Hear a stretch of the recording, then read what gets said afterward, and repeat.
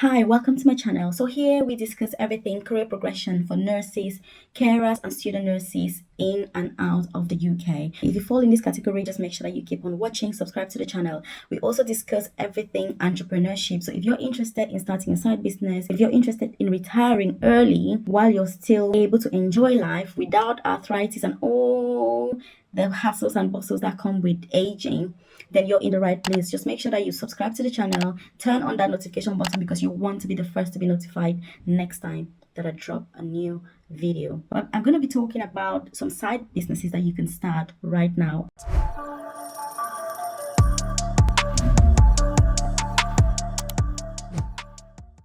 Yes, I mean, now you can start those side businesses now. There's no excuse like, oh, I haven't got time, I haven't got money, I haven't got resources, I don't know what to do. That's why I'm telling you. That's why I'm sharing this with you. So these are side businesses that you can start. You don't need any money to even start them. You just need the will to be able to run your own successful side business. And look, one thing that I'm going to say before I actually start telling you is the fact that where you start is not necessarily where you're going to end. Because if you think of Jeff Bezos, when he started Amazon, it wasn't what it is today. If you think of Mark Zuckerberg, when he was, starting Facebook, it wasn't the same thing that we have today. So it's always about starting from somewhere.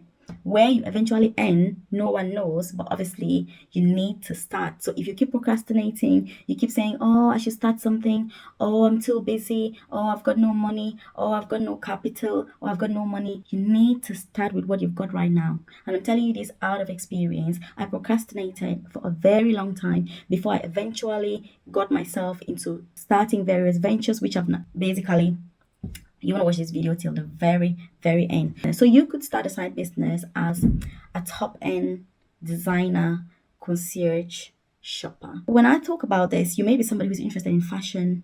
Yes, that's good, but you don't even need to be interested in fashion. You just need to be able to find people what they want, to find clients, people that have the money to pay and are looking for the goods, to find them what they want. So basically, how does it work? To get into this side business, which by the way, you can do even if you're working, not working, you're studying, you can still do that. So basically, there are some people that are looking for certain designer items because those designer items are probably like limited editions, which means that they have made a fixed amount. For example, you can have like Chanel, that's a high-end designer brand. So they can make some bags and say, okay, we're only going to make 3 of these bags ever. Or they can say, we're going to make this particular design, but we'll only have 4 in white. We'll only have 3 in green, and will have no black color. That is limited edition, which just means that the manufacturer is only making a limited number of items. And this is because when you have a limited number, you drive the price up, so prices are a lot higher, and also you drive that scarcity. When there is scarcity, that increases the value of that particular item, because in business, scarcity is a huge factor. Because if you, for example, go to like a Louis Vuitton designer company, and you say to them, look, I want to have, I want to have a handbag that only you own. So you want it custom made for you. That's going to be very expensive. Is that exclusivity? So you do have some clients who want those high-end things, especially limited edition items. So what you can do is help those clients to source those items. You may be thinking, oh, Melvis, what do you mean? Well, it could even be your friends, because there are people who are heavily invested in designer stuff. There's no wrong or right. It's just like, that's what you wanted, that's your thing, why not just go for it? So you can be the middle person between those designer brands and those people who want them, because many of these people who want these designer brands that are limited edition, for example, they don't necessarily want to go out there trying to source for those things. They just want somebody that will go out there, find the things and bring over to them, and that is where you come in. So if, for example, you see somebody who wants a particular, say, Gucci purse that was made as a limited edition in, 1970. What you can do is go out there. There are websites that kind of have these things. I'm going to give you one of the websites. These are nuggets that, you need to make sure you write it down, because these are secrets that you won't find anywhere else. So there's a website called Poshmark. So this website is US based, US owned. So if you go on there and you have your designer stuff, even yourself, you can just take photos of the item, upload onto the site, put the price, and look, you have hundreds, if not thousands of emails flooding, to buy the item. So if you're also trying to source those top-end designer items, what you can do is go to that site. So the website is called Poshmark. So if you go to the website, you can have a look for those items that you want for your clients. Once you see the items, if it's a Gucci bag, so it's designer stuff, obviously, because this is kind of high-end second-hand goods, but it's not just ordinary second-hand. It's exclusive, designer things. So you have people that are looking for those items, and they're willing to pay a lot of money to get them.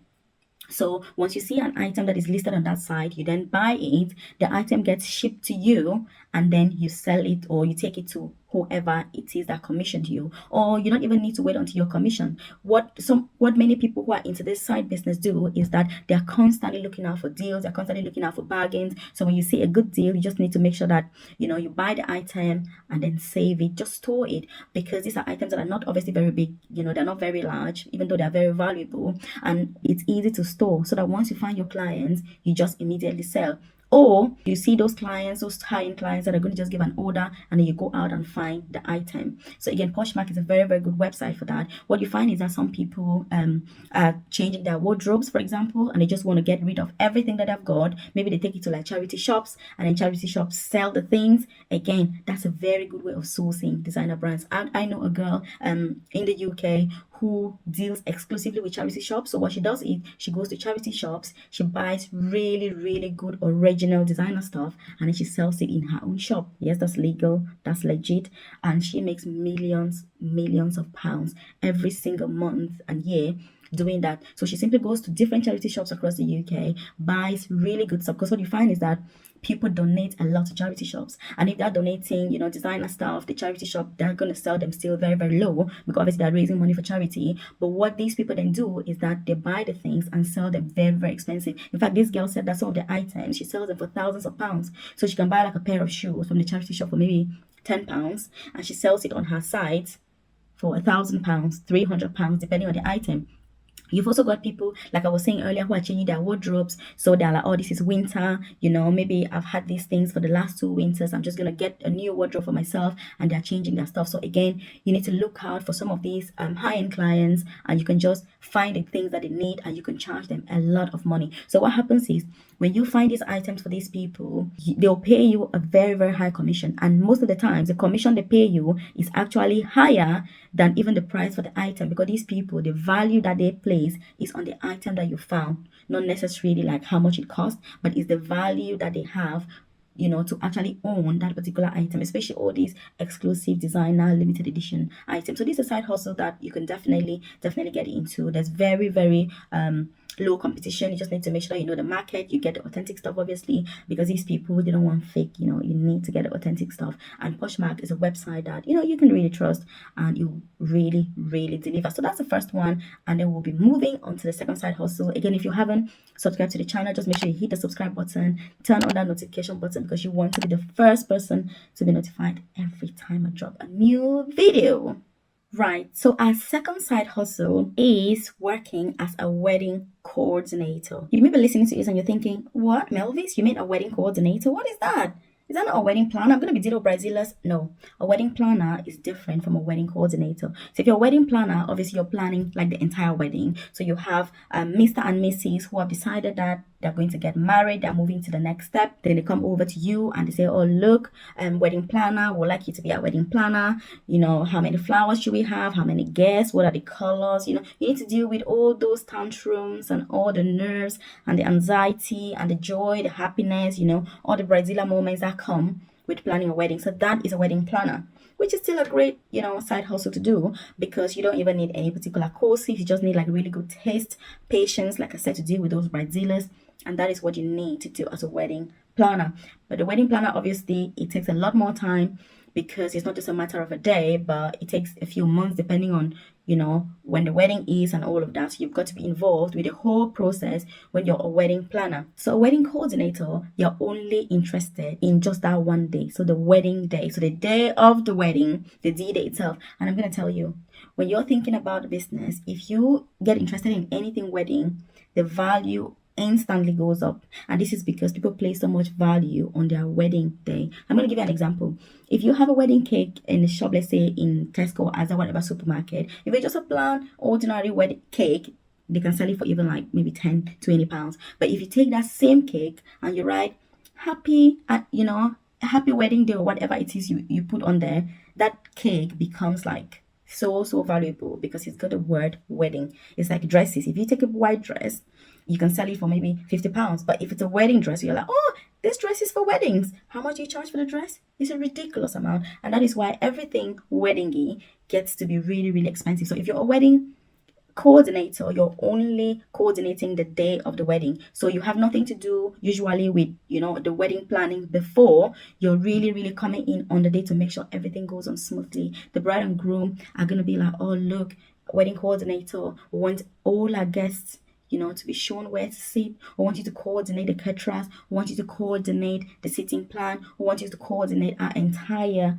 day. So that's what you'll be doing as a wedding coordinator, being there on the day of the wedding, ensuring that everything goes on smoothly. If they're having a photo shoot, you're there making sure that the people are following the order. If it's an African wedding, timekeeping, late coming, you need to make sure that there's provision for just everything. You're just making sure you're keeping the bride and groom calm, you're keeping them happy, you're kind of the eye of the bride and groom basically on that wedding day. So, and look, you may be thinking, oh, how does this even make any money? There is this lady in London. She basically runs a catering business, and she has a section where she does like wedding planning. Her job as a wedding coordinator, she actually charges more as a wedding coordinator than she does as a wedding planner, which means that if you're just planning your wedding and you want her to help you to plan it, she charges around £5,000 or so. But if you want her to be your wedding coordinator, all the days, months, years leading to your wedding is all preparation. It's all like, oh, I wish it goes this way, I wish it goes that way. But the wedding day itself, that's the real deal. Every bride wants everything to go perfectly. If you're a groom, you don't want your bride to be having any like funny faces. You want everything to be smooth. So when you see somebody who is going to provide that service for you, look, you will pay them. Not because you have the money, but because of the value that you place on the wedding day, the value that you place on not having anxiety on that particular day, on not having your guest stressed, on not having your bride stressed, bridezilla moments, like I was saying, making sure the bridesmaids, little bridegroom, they're all on sleek. So that is a wedding coordinator. So you're basically just coming in on the day of the wedding itself, making sure that everything goes on smoothly. Even if you're charging like not so much, it will still be quite a few £1,000 for that particular day. And I can tell you that many people are happy and willing to pay that amount to make sure that the wedding day actually goes on smoothly, to make sure that while they're chillaxing with their guests, having a great time, and just enjoying their special day, they have somebody specific who is there at the wedding, not only to enjoy themselves, but to make sure that everything goes on smoothly. So this is a side hustle that is extremely lucrative. Obviously, it's very niche, but actually from there you can build into all the other things that come with weddings, caterings, parties, organizing stuff, events. And that's the point, because like we're saying earlier, when you're starting a side hustle, that's not necessarily where you're going to end. It's a starting point just for you to get your foot in into that entrepreneurial journey, into entrepreneurship, into starting and owning your own business. Because look, there's nothing better. Again, if you haven't subscribed to the channel, just make sure that you hit the subscribe button, turn on that notification icon so that you're the first to be notified, and make sure you watch this till the end, because there are more nuggets coming. The best has been saved for last. Make sure that you're not only taking this as information, but you're actually implementing. And if you're watching this obviously and you're a nurse, just make sure that you check out also the description box below, because I've got a coaching and mentorship program where I support with career progression in the UK. So you want to make sure that as you're progressing, that's the whole point, as you're progressing, you're earning more, and you will end up with more time to be able to start and set up your own side business. And this is something that I also support fellow nurses with. So if you're thinking, oh, I'm not sure what I can do, what's the best side hustle for me, again, just make sure that you check the link in the description box below, and you can see what I've got to offer with respect to this particular area, because you can never underestimate the power of setting up your own side business, because that is your own road to independence. That's your own road to retiring early. That's your own road to true happiness, to owning your own time, being in charge of your time, taking annual leave when you want to, taking and not being restricted by other people who are basically running your life for you. So this is the point of it, because it's so that as we are learning these skills, we're implementing them, we're starting these side businesses so that tomorrow we can get to retire early. The third side hustle is starting your very own e-commerce store on a platform like Etsy. So Etsy is just an online platform. In case you don't know what it is, it's similar to like Amazon. So you can literally sell anything on there. If you're somebody who is really, really artistic, you can design your own things and then just upload on there to sell. So you can have your own shop where if somebody logs in, they can have a look at the catalog of products that you have, go through them, you see the prices, they can buy directly, and then obviously the person gets the goods. So you can either obviously store the goods yourself and then deliver once you've got those orders, or the best thing about it is that you can even get the things from other suppliers. So you don't even need to be involved yourself in storing the goods, but you can simply be kind of the middleman between the manufacturer and the client. So basically what you do is you check with the manufacturer a particular product that you want.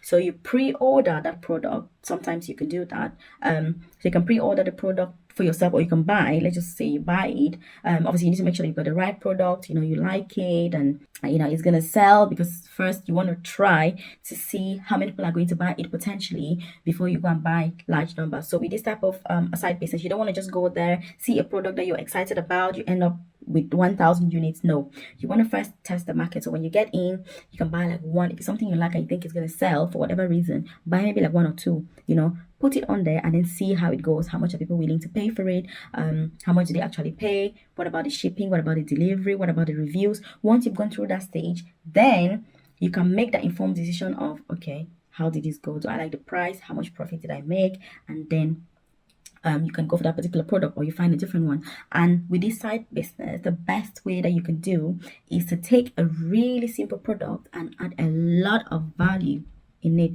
I'm going to tell you how. So basically, if you take a product like two plastic cups, if you take two plastic cups to sell, those two plastic cups could sell for, say, £1. So those are two plastic cups selling for £1.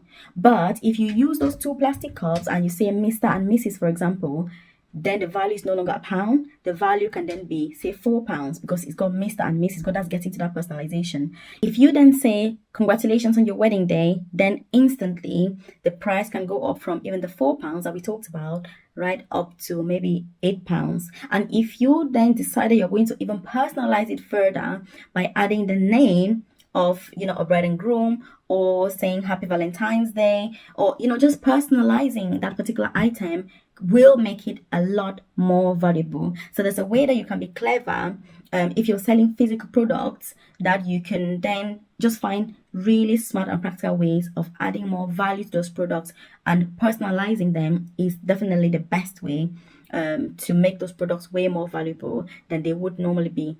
Because if you're just selling two empty bland plastic cups, again, like we're saying, obviously you're not going to charge so much money for them. But the more you can personalize that particular product, then the more you can charge for it, because you will find that it's more valuable, it's more specific to that particular person. It's like me, just to give an example, I have a private coaching membership program where I support nurses, carers, and student nurses with career progression in the UK. So if you're joining the membership program, you will have like the basic membership level where you can join. We have live sessions together and all that. But then I do have like a one-to-one plan where when you join that one, it's just you. So every time that we meet, it's just two of us. So that plan is obviously, it's more tailored to you, it's more personalized. Not only can you just contact me or you book a time that is convenient for you, but it also means that if you have an interview, for example, you're somebody who's setting up a side business, like I was saying, is that extra time is really valuable, because a lot of time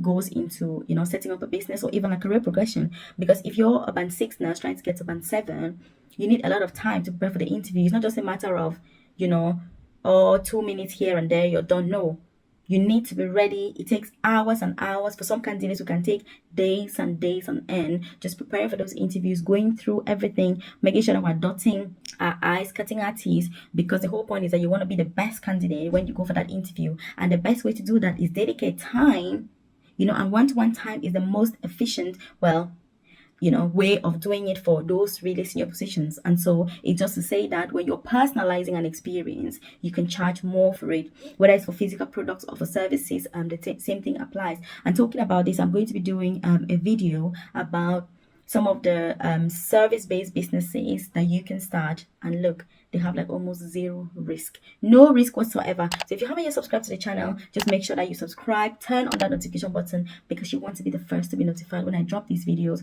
because I do want all of us to be able to thrive in our careers. I want all of us to be able to retire early so that we've got plenty of time to spend with our loved ones, to travel, to just live life, so that it's not just all about work, work, work until we drop. Because there's a rat race, there's COVID, there's a recession, and things aren't really going as smoothly as it should. So it's a matter of urgency, obviously, that we all not only excel, not only progress in our careers, but that we actually take the time to also set up a side business, because it's vital. So if you are having an Etsy shop, you can sell planners.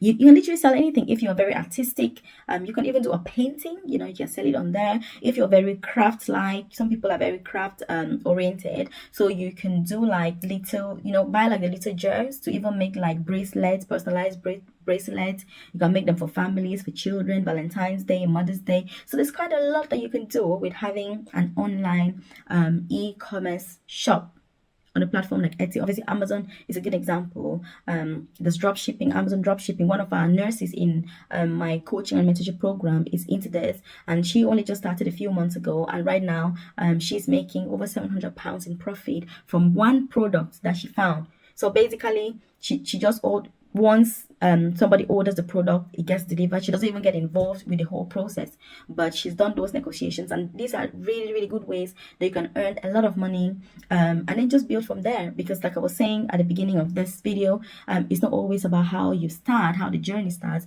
but it's really how it ends. Because if you don't start and you're thinking, oh, will I succeed, will I not, you will never get to know whether you will succeed or not. So it's beating that procrastination. It's stopping. No procrastination. You need to get out there, get yourself out there, get the work done, get the resources that you need, get the support that you need, and make sure that you take yourself to that finish line. Start a side business. Basically, that's what I'm saying. Because in 2022 and the recession and everything that is going on, it's only gonna get worse. It will only get worse. So you want to make hay while the sun shines. Make sure that you subscribe, obviously, share with your friends.